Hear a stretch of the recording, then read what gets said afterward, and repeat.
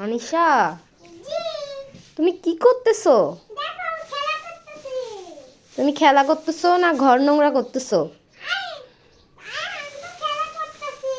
এইভাবে এগুলো দিয়ে তুমি পুরো ঘর দেখো নোংরা করে ফেলছো। কি অবস্থা করছো তুমি ঘরের? তাই?